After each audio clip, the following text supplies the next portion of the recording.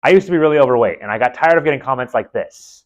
It's funny because he's fat. So I started doing tons of cardio, but then I got comments like this. You're so skinny, if you turn sideways and stick out your tongue, you look like a zip. So then I decided to focus all my efforts in the gym on building muscle. And after 3 long years of hard work, I ended up looking more like this. And now, people make fun of me for being bald. Ask you how you are, you just have to say that you're fine when you're not really fine, but you just can't get into it because they would never.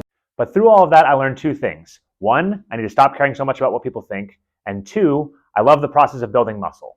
So in today's video, I want to share with you 5 tips that help me go from here to here. Stay tuned.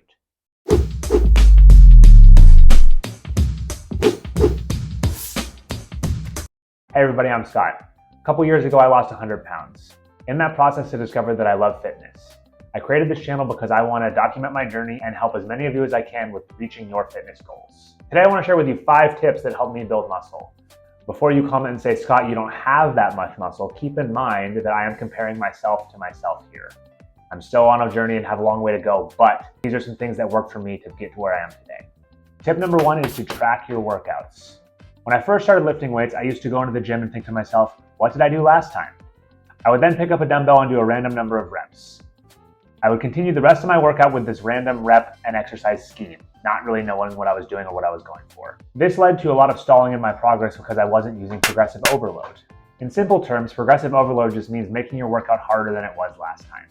You can do this by either increasing weight, increasing reps, or increasing intensity.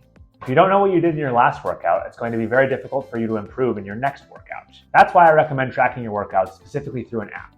I recommend an app called Strong. Strong is free, has tons of exercises, and is easy to customize for your workout needs. I've used Strong for over 900 workouts, and when I first started using it, I realized a lot quicker progress than I had before.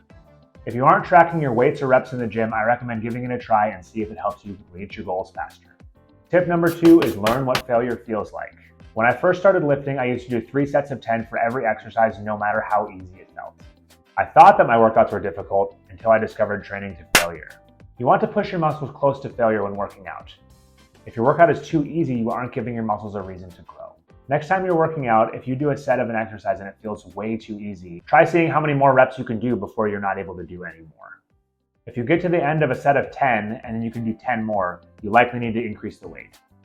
I aim to have most of my sets be within 1 or 2 reps of failure. Admittedly, I don't take every set to failure, but I do know what failure feels like for every exercise. The gym isn't meant to be easy. If your workouts are feeling too easy and you're not getting anywhere close to failure, I suggest you increase your intensity or weight. Give it a try and see if it works for you.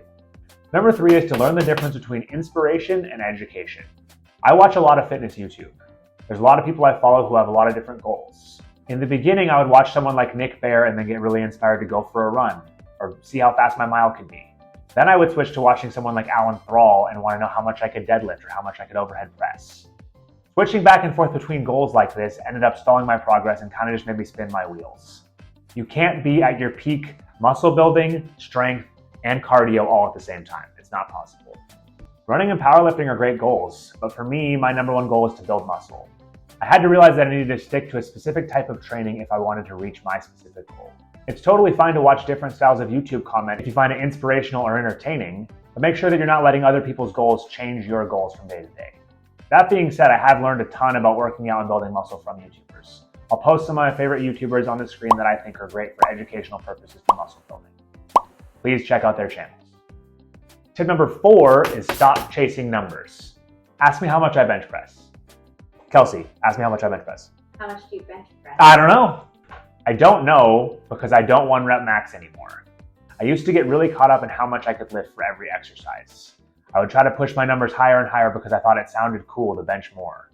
It took me a while to realize that chasing PRs isn't the best way to build muscle. Technically, you can build muscle in a low rep range, but muscle is commonly built in the 8 to 15 rep range.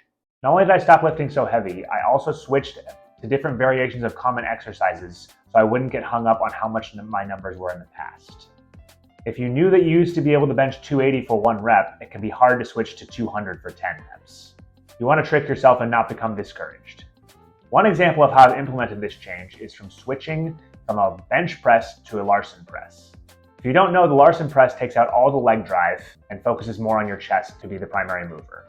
I used to bench press with sloppy form, using as much leg drive as possible and doing anything I could to get the weight up. Now I focus on slow and controlled reps without any leg drive and really try to feel the tension in my chest. I use higher reps and focus on the muscle contraction. Since switching to the Larsen press, I've noticed a lot of muscle gain in my chest and triceps specifically. I'd recommend giving an exercise like this a try if you haven't already. Some other examples of things I've switched to are, instead of a traditional barbell back squat, I've switched to flat squats. And instead of deadlifts, I've switched to rack pulls. All of these have helped me not focus so much on my past PRs and focus more on building muscle, which is my main goal. Hitting a PR can be fun, but if you really want to maximize your muscle gains, I suggest switching to a more focused muscle building program. Tip number 5 is patience.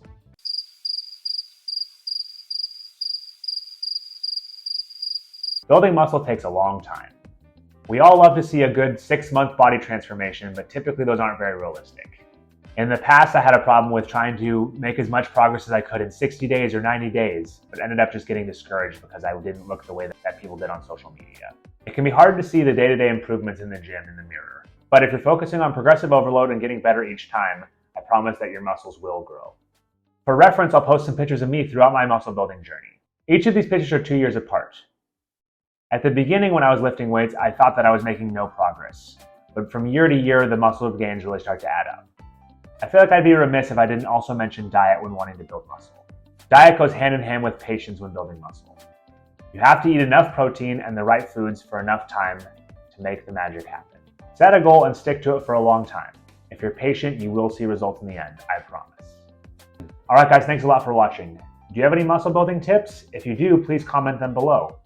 If you enjoyed today's video, I'd really appreciate it if you could give it a like, and also if you could subscribe to the channel for more videos coming up soon. Thanks so much for watching, and we will see you in the next one.